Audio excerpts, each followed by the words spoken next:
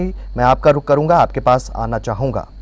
लोकसभा चुनाव के बाद पहली बार प्रदेश कार्य समिति की बैठक हुई। ये बैठक आपने भी देखी होगी।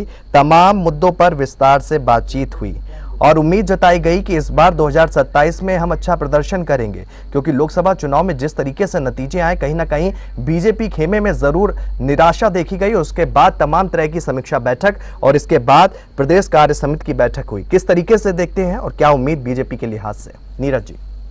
देखिए शोभित जी, सबसे बड़ी चीज यह है कि 2024 में जो अभी लोकसभा का चुनाव हुआ, उसके परिणाम और उसके बाद 7 राज्यों की 13 सीटों के जो चुनाव हुए, उपचुनाव, उनका परिणाम आने से निश्चित रूप से भाजपा के चेहरे पर सिकन आना लाजमी है। दूसरी बड़ी बात यह है कि अयोध्या के बाद बद्रीनाथ जैसी सीट को हार जाना निश्चित रूप से चिंता का विषय है।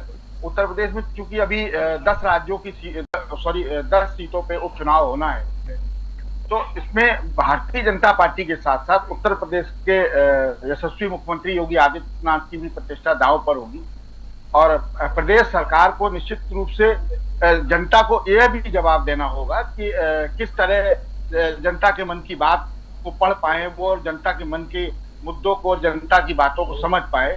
तो इसलिए ये चूंकि उनकी बैठक थी, ये बैठक थी, वो कार्य समिति की बैठक जो है वो रूटीन में थी, लेकिन हाँ ये जरूर है कि इस बैठक में सारे मुद्दों पे चर्चा हुई और लाजमी है कि इन सब बातों पे चर्चा भी हो। राजनीतिक पार्टी है तो होने ही चाहिए, लेकिन बहुत सारी चीजें इसमें देखने की ये भी बात रहेगी कि बैठक से कुछ समय टाइमिंग देखिए कि बैठक से पहले जो है पूर्व के मंत्री मोती सिंह जी का बयान, विधायक रमेश मिश्रा जी का बयान, ये सब चीजें की भारतीय जनता पार्टी को बहुत सारी चिंताओं और सोच के लिए मजबूर करता है कि इस तरह की बातचीत जब होने लगी हो और लगातार ऐसी बातें आ रही हो, कार्यकर्ताओं की उपेक्षा हो रही हो और नेताओं की भी उपेक्षा हो रही हो, तो बहुत सारी चीजों पे भारतीय जनता पार्टी को विचार करना ही पड़ेगा।